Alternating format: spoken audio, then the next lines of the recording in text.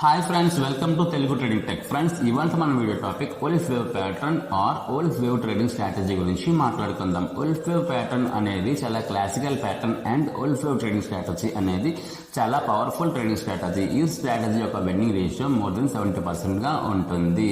And ఈ strategy యొక్క main advantage ఏంటంటే ఈ స్ట్రాటజీలో చాలా లో రిస్క్ తో హై రివార్డ్ దొరికే అవకాశం చాలా ఎక్కువగా ఉంటుంది.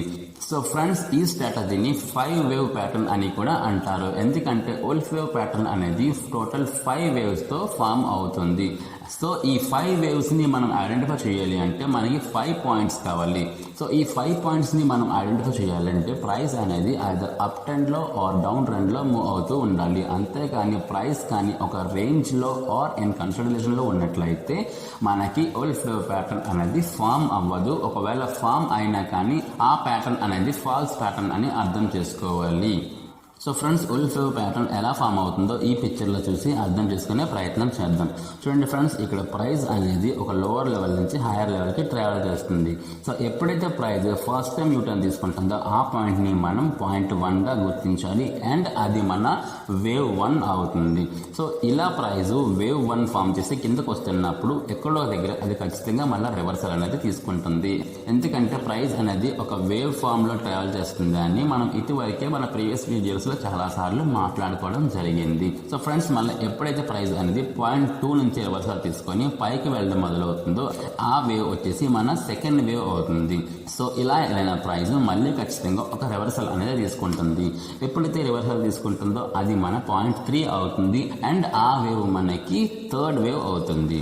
సో ఇలా థర్డ్ వేవ్ ని కంప్లీట్ చేసుకున్న ప్రైస్ మళ్ళా రివర్సల్ తీసుకొని ఒక ఫోర్త్ వేవ్ ని కూడా క్రియేట్ చేసి ఫోర్త్ పాయింట్ లో టర్నింగ్ తీసుకుంటుంది. ఇప్పుడైతే పాయింట్ 1, 2, 3, 4 ఫామ్ అవుతున్నాయో వెంటనే మనము పాయింట్ 1 నుంచి పాయింట్ 3కి ఒక లైన్ డ్రా చేసి పెట్టుకోవాలి అండ్ పాయింట్ 2 నుంచి పాయింట్ 4కి ఒక లైన్ డ్రా చేసి పెట్టుకోవాలి. సో ఫ్రెండ్స్, మనం ఎప్పుడైతే పాయింట్ 1 నుంచి పాయింట్ 3కి పాయింట్ 2 నుంచి పాయింట్ 4కి 2 లైన్స్ డ్రా చేసి పెట్టుకుంటామో మనకి అక్కడ ఒక ఛానల్ ఫామ్ అవుతుంది.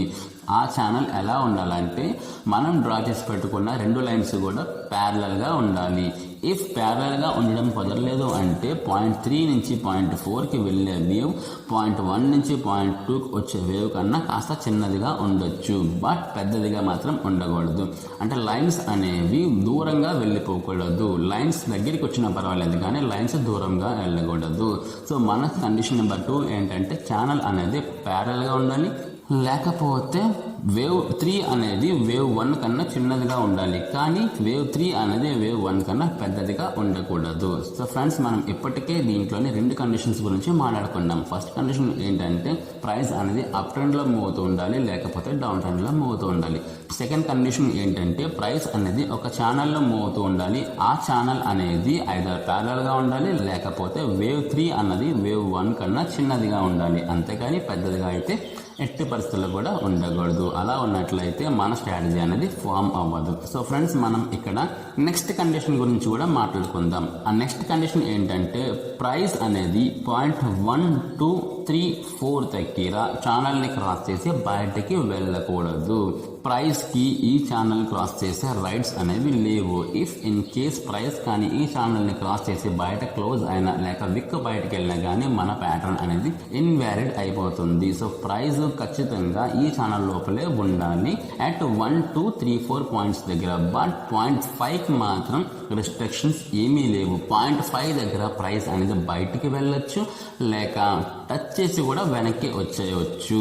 మీరు గమనించినట్లయితే పాయింట్ 1 దగ్గర ప్రైస్ అనేది రెసిస్టెన్స్ తీసుకుంది, పాయింట్ 3 దగ్గర ప్రైస్ అనేది రెసిస్టెన్స్ తీసుకుంది, పాయింట్ 5 దగ్గర రెసిస్టెన్స్ తీసుకొని డ్రాప్ అయిపోవచ్చు, లేకపోతే అక్కడ ఒక బ్రేక్అవుట్ ఫెయిల్యూర్ జరిగి కిందకి రావచ్చు.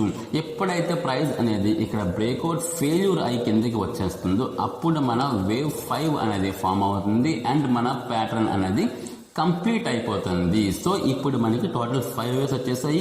ఈ 5 వేవ్స్ ని కూడా మనం 5 పాయింట్స్ తో ఐడెంటిఫై చేయగలిగాము. ఇక్కడ మన ఉల్ఫ్ వేవ్ ప్యాటర్న్ అనేది కంప్లీట్ అయిపోతుంది. సో దీని యొక్క ఎంట్రీస్ ఏంటి, ఎగ్జిట్స్ ఏంటో కూడా మనం ఒకసారి చూసుకుందాం. సో ఫ్రెండ్స్, ఎప్పుడైతే పాయింట్ 5 దగ్గర ప్రైస్ బ్రేక్అవుట్ ఫెయిల్యూర్ అయ్యి వెనక్కి వచ్చేస్తుందో అప్పుడు మన ఎంట్రీ అనేది తీసుకొని మన స్టాప్ లాస్ అనేది స్వింగ్ హై పైన పెట్టుకోవాలి. అండ్ మన స్టాప్ లాస్ ఇంకా సేఫ్ గా ఉండాలనుకున్న వాళ్ళైతే వచ్చిన స్టాప్ లాస్ కి 180 ని యాడ్ చేసుకొని మనం స్టాప్ లాస్ పెట్టుకున్నట్లయితే స్టాప్ లాస్ అనేది చాలా సేఫ్ గా ఉంటుంది. ఇఫ్ ఇన్ కేస్ ప్రైస్ అనేది అక్కడ బ్రేక్అవుట్ ఫెయిల్యూర్ అవ్వలేదు, టచ్ చేసి లోపలికి వచ్చేసిందంటే అక్కడ మనకి ఖచ్చితంగా రివర్సల్ క్యాండిల్ స్టిక్ ప్యాటర్న్ అనేది ఫామ్ అవుతుంది. ఆ ప్యాటర్న్ ని ప్రైస్ బ్రేక్ చేసి లో వస్తున్నట్లయితే అక్కడ మన ఎంట్రీ అనేది తీసుకోవాలి అండ్ మన స్టాప్ లాస్ అనేది స్వింగ్ హైలా పెట్టుకోవాలి. సో ఫ్రెండ్స్, మనకి ఈ ప్యాటర్న్ ని ఉపయోగించి ఎంట్రీ ఎక్కడ తీసుకోవాలో స్టాప్ లాస్ ఎక్కడ తీసుకోవాలో కూడా మనకి అర్థమైపోయింది. సో నెక్స్ట్ మన టాపిక్ వచ్చేసి దీని యొక్క టార్గెట్. దీని యొక్క టార్గెట్ కూడా చాలా సింపుల్ గా ప్రీ డిఫైన్ గా ఉంటుంది.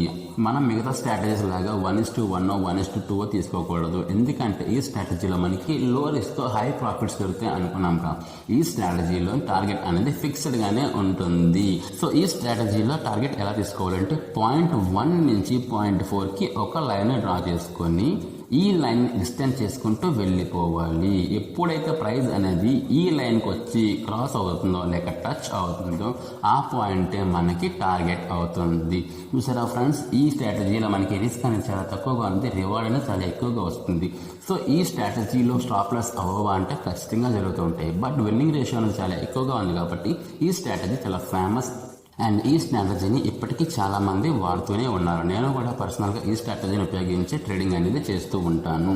ఇలాంటి స్ట్రాటజీని ఒక్కటైనా మనం ప్రాక్టీస్ చేసినట్లయితే మన ట్రేడింగ్ జర్నీ అనేది ప్రాఫిటబుల్గా చాలా స్మూత్గా సాగిపోతూ ఉంటుంది. సో ఫ్రెండ్స్, మనం ఇప్పటి వరకు ఈ స్ట్రాటజీని ఉపయోగించి ఎలా సెల్ చేయాలో తెలుసుకున్నాం. మనం సెల్లింగ్ ఎప్పుడు చేస్తామంటే ప్రైస్ అనేది అప్ ట్రెండ్లో మూవ్ అవుతున్నప్పుడు చేస్తాము. అప్ ట్రెండ్లో అంటే ట్రెండ్ అనేది కంప్లీట్గా అప్ ట్రెండ్లో ఉండని అవసరం లేదు. మన ప్యాటర్న్ అనేది అప్ ట్రెండ్లో ఫామ్ అయితే సరిపోతుంది. అదే విధంగా మనం ఈ స్ట్రాటజీని ఉపయోగించి బై చేయాలంటే మన ప్యాటర్న్ అనేది డౌన్ ట్రెండ్ లో ఫామ్ అవ్వాలి, లేక ప్యాటర్న్ ఫామ్ అయ్యే వేవ్స్ డౌన్ ట్రెండ్ లో ఉన్నా సరిపోతుంది. చూడండి ఫ్రెండ్స్, ప్రైస్ అనేది ఇక్కడ ఒక హైయర్ లెవెల్ నుంచి లోవర్ లెవెల్ కి ట్రావెల్ చేస్తూ వస్తుంది. ఇలా వచ్చిన ప్రైస్ ఎప్పుడైతే ఒక సపోర్ట్ తీసుకుని రివర్సల్ అయ్యిందో ఇక్కడ మన పాయింట్ 1 ఫామ్ అయిపోతుంది అండ్ మన వేవ్ 1 కూడా ఫామ్ అయిపోతుంది. ఎప్పుడైతే ప్రైస్ వేవ్ 1 కంప్లీట్ చేసుకొని పాయింట్ 2 ఫామ్ చేసి కిందకి డ్రాప్ అవ్వడం జరుగుతుందో అది మన వేవ్ 2 అవుతుంది. సో ఫ్రెండ్స్, మళ్ళీ ఎప్పుడైతే ప్రైస్ అనేది ఒక రివర్సల్ తీసుకుంటుందో అది మన పాయింట్ 3 అవుతుంది అండ్ వేవ్ 3 కూడా ఫామ్ అవుతుంది. సో ఫ్రెండ్స్, మళ్ళీ ప్రైస్ ఎప్పుడైతే వేవ్ 3ని కంప్లీట్ చేసుకొని పాయింట్ 4 ఫామ్ చేసి కిందకి డ్రాప్ అవుతుందో మనం వెంటనే పాయింట్ 2 నుంచి పాయింట్ 4కి ఒక లైన్ డ్రా చేసుకోవాలి.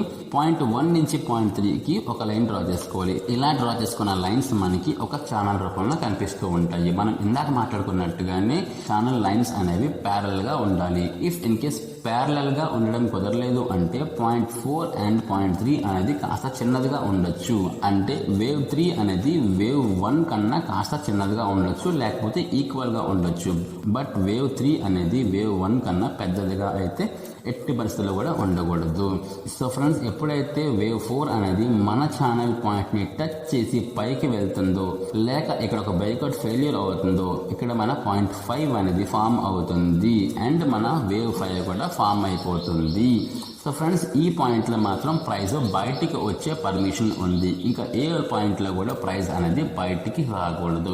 ఈవెన్ వీక్ కూడా బయటికి రాకూడదు. మీరు గమనించినట్లయితే ఫ్రెండ్స్, ఈ యొక్క లైన్ ఉంది కదా, ఈ లైన్ ఒక ట్రెండ్ లైన్ లా యాక్ట్ చేస్తుంది. ఇదే లైన్ మనం ట్రెండ్ లైన్ బ్రేక్అవుట్ ఫెయిల్యూర్ అని కూడా అనుకోవచ్చు. మన ఎంట్రీ అనేది ట్రెండ్ లైన్ బ్రేక్అవుట్లో జరుగుతుంది, లేక ట్రెండ్ లైన్ని సపోర్ట్ తీసుకుని పైకి వెళ్ళినప్పుడు జరుగుతుంది అండ్ మన స్టాప్ లాస్ అనేది స్వింగ్ లోలో పెట్టుకుంటాం. ఇఫ్ ఇన్ కేస్ మన స్టాప్ లాస్ సేఫ్గా ఉండాలంటే 1 ATRని యాడ్ చేసుకుంటాం.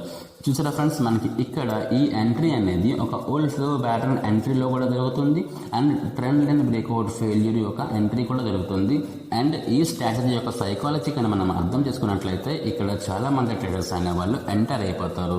అది ఎలాగో కూడా తెలుసుకునే ప్రయత్నం చేద్దాం. సో ఫ్రెండ్స్, ప్రైస్ ఎప్పుడైతే పాయింట్ 5 నుంచి రివర్సల్ అవుతుందో ఇక్కడ ఒక హ్యూజ్ బయింగ్ అనేది కనిపిస్తుంది. ఆ బయింగ్ ఎందుకు కనిపిస్తుందో దాని యొక్క సైకాలజీ అంటే మనం అర్థం చేసుకునే ప్రయత్నం చేద్దాం. చూడండి ఫ్రెండ్స్, ఈ 1-3ని చూస్తే మనకి ఇక్కడ ఒక ట్రెండ్ లైన్ కనిపిస్తుంది. ఎప్పుడైతే ప్రైస్ అనేది 5th పాయింట్ లో బ్రేక్అవుట్ ఫెయిల్యూర్ అయ్యి ప్రైస్ పైకి వెళ్ళిపోతుందో ట్రెండ్ లైన్ ని ఉపయోగించి ట్రేడింగ్ చేసే వాళ్ళు ట్రెండ్ లైన్ బ్రేక్అవుట్ ఫెయిల్యూర్ అయ్యిందని ఇక్కడ బై ఎంట్రీస్ తీసుకుంటారు. సో వాళ్ళ యొక్క బై ఎంట్రీస్ అనేది ఇక్కడే ఉంటాయి. అండ్ నెక్స్ట్ మనలాంటి వాళ్ళు ఎవరైతే వోల్ఫ్ వేవ్ ప్యాటర్న్ ని ఐడెంటిఫై చేస్తారో వాళ్ళ యాన్సర్స్ కూడా ఇక్కడే ఉంటాయి.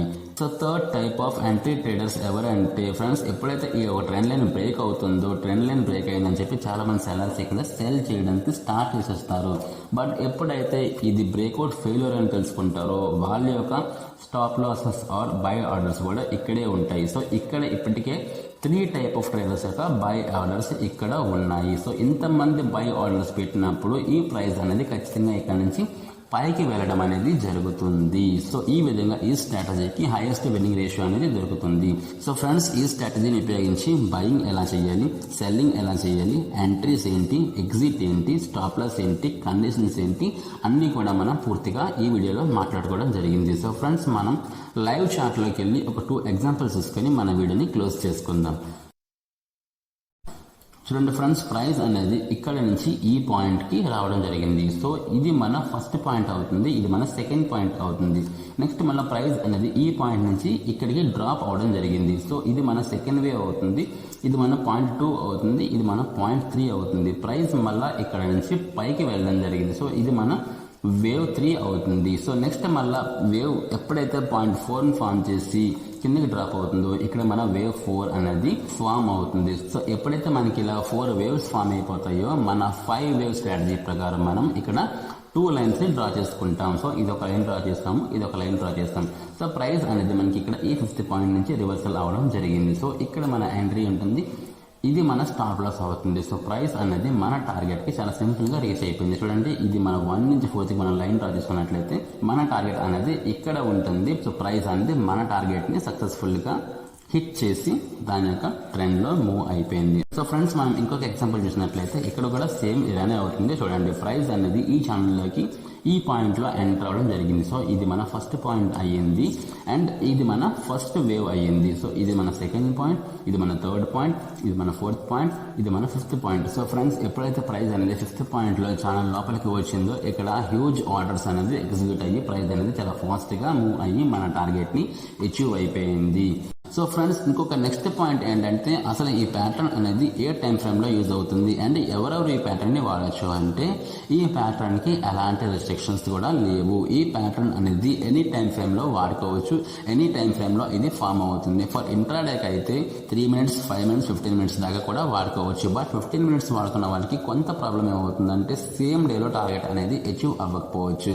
బట్ 5 మినిట్స్ లో అయితే ఇంట్రాడే వాళ్ళకి టార్గెట్స్ అనేది ఈజీగా అచీవ్ అయిపోతుంటాయి. బట్ వన్ థింగ్ ఏంటంటే మీరు కానీ ఇంట్రాడే కోసం స్టాక్ సెలెక్షన్ చేసుకుని ఆ స్టాక్ సెలెక్షన్ లోని ఈ ప్యాటర్న్ మీరు ఐడెంటిఫై చేసినట్లయితే సేమ్ డేలోనే మీ యొక్క టార్గెట్ అనేది అచీవ్ అయ్యే అవకాశం చాలా ఎక్కువగానే ఉంటుంది, 15 మినిట్స్ అయినా కానీ. ఫర్ స్వింగ్ ట్రేడర్స్ అయితే 15 minutes, 1 hour, 4 hours, day, week ఏ టైం ఫ్రేమ్లో అయినా కానీ దీన్ని వాడుకోవచ్చు. ఎందుకంటే అదర్ దెన్ ఇంట్రా ట్రేడర్స్ వాళ్ళ యొక్క స్టాక్స్ని పోర్ట్ఫోలియోని కొన్ని రోజులు హోల్డ్ చేసుకుని ఉంచుకోవచ్చు కాబట్టి వాళ్ళకి టార్గెట్స్ అనేవి చాలా బాగా ఇస్తుంది. సో టైం ఫ్రేమ్ పెరిగే కొలది మన యొక్క డ్యూరేషన్ అనేది పెరిగిపోతుంది ఈ స్ట్రాటజీలో. కాబట్టి దీన్ని ఎక్కువ మంది స్వింగ్కి వాడుతూ ఉంటారు. బట్ ఇంట్రా డేలోనే 5 మినిట్స్ 15 మినిట్స్లో కూడా వాడుకోవచ్చు. సో ఫ్రెండ్స్, ఈ వీడియో మీకు ఎంతో కొంత హెల్ప్ అయింది అనుకుంటున్నాను. ఇఫ్ ఇన్ కేస్ ఈ వీడియో కానీ మీకు హెల్ప్ అయినట్లయితే మన వీడియోని లైక్ చేయండి, షేర్ చేయండి, కామెంట్ చేయండి. ఇంకా ఇప్పటి వరకు మీరు కానీ మన ఛానల్ని సబ్స్క్రైబ్ చేసుకోకపోతే మన ఛానల్ని వెంటనే సబ్స్క్రైబ్ చేసుకుని పక్కనే ఉన్న బెల్ ఐకాన్ని ఆల్ నోటిఫికేషన్లో ఆన్ చేసి పెట్టుకోండి. ఇలా చేయడం వల్ల మా యొక్క వీడియోస్ ఎప్పుడు పబ్లిష్ అయినా కానీ మీ ఫోన్లోకే డైరెక్ట్గా నోటిఫికేషన్ రూపంలో వచ్చి మీరు మన వీడియోస్ని మిస్ కాకుండా చూడగలుగుతారు. సో ఫ్రెండ్స్, ఇంకొక వీడియోలో మళ్ళీ కలుస్తాను. Until then signing off, take care, bye.